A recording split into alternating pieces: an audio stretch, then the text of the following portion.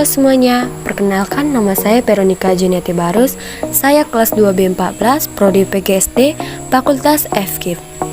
Nah, di sini saya akan menjelaskan materi yang berjudul Struktur Tubuh Makhluk Hidup dengan dosen pengampu Dr. Eka Kartika Silalahi, SSI, MPD. Mampu menjelaskan tentang struktur tubuh makhluk hidup. Struktur organisasi kehidupan di dalam tubuh makhluk hidup dimulai dari yang terkecil hingga terbesar adalah sel, jaringan, organ, sistem organ, organisme. Sel merupakan unit struktural dan fungsional terkecil dari makhluk hidup. Sel yang sama akan menyusun jaringan. Jelaskan struktur alat gerak hewan dan manusia. Struktur alat gerak pada hewan. Yang pertama, hewan burung. Apes atau burung adalah jenis Pitheroptera berdarah panas yang bergerak dengan cara mengepakkan sayapnya ke atas ke bawah. Otot-otot digunakan untuk mengendalikan sayap pada saat terbang di udara.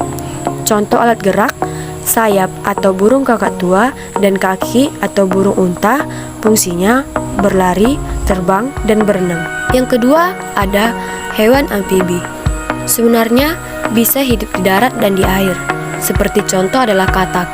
Katak mempunyai tungkai belakang panjang yang berguna untuk memberikan tekanan pada air yang membuatnya mudah untuk melakukan gerakan saat berenang di air. Contoh alat gerak, kaki. Fungsinya berjalan, melompat, dan berenang. Yang ketiga ada hewan reptilia. Hewan jenis reptilia yang memiliki tulang ekor, tulang badan atau tersusun dari ratusan ruang atau ruas tulang belakang dan tulang kepala. Contoh alat gerak, kaki yaitu buaya, otot perut yaitu ular, dan kaki dayun yaitu penyu. Fungsinya berjalan, berlari, terbang, dan berenang. Yang keempat, hewan mamalia. Merupakan hewan yang menyusui anaknya. Hewan ini ada yang hidup di darat, laut, bahkan di udara.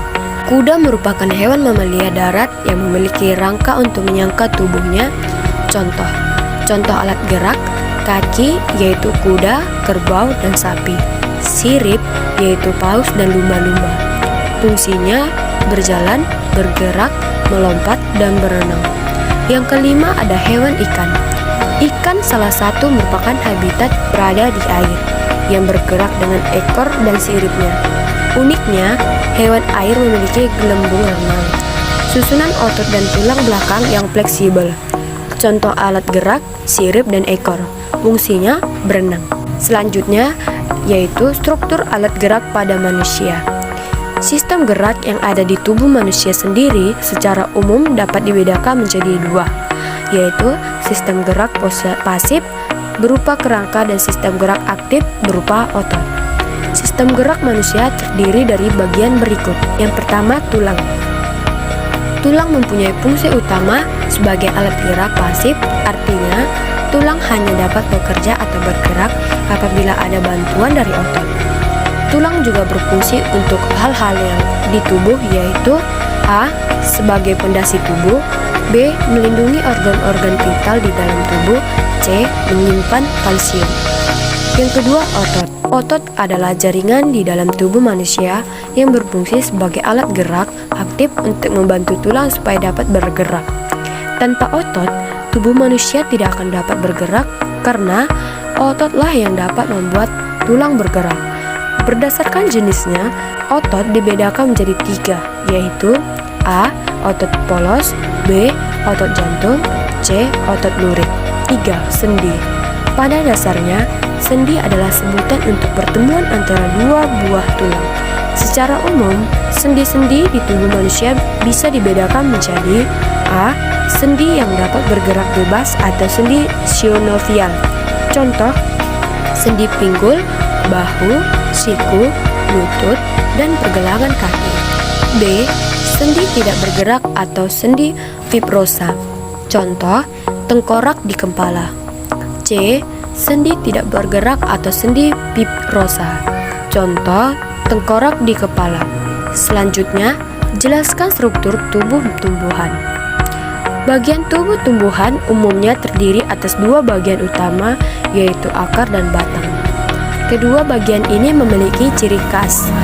Pada batang terdapat cabang, ranting, daun-daun, bunga, dan buah, sedangkan akar memiliki cabang-cabang akar dan rambut-rambut akar. 1. Akar. Pada tumbuhan, kita mengenal dua macam sistem perakaran, yaitu akar serabut dan akar tunggang. Fungsinya untuk menyerap air dan zat hara untuk mencakapkan tumbuh-tumbuhan. 2. Batang. Batang yang berwarna hijau karena mengandung klorofil berfungsi untuk melakukan proses fotosintesis seperti yang dilakukan daun, misalnya pada tanaman kaktus. Berfungsi dalam sistem penyangkutan dan untuk mengkokohkan tanaman. 3. Daun. Daun merupakan organ tumbuhan yang terutama berperan penting dalam proses fotosintesis. Daun berfungsi untuk fotosintesis penguapan respirasi. 4. Bunga. Struktur bunga berkaitan dengan perkembangan sel-sel kelamin pada tumbuhan dan secara tidak langsung mempengaruhi proses produksi pada tumbuhan. Bunga berfungsi untuk perkembangbiakan. Demikian materi yang dapat saya sampaikan. Sekian dan terima kasih.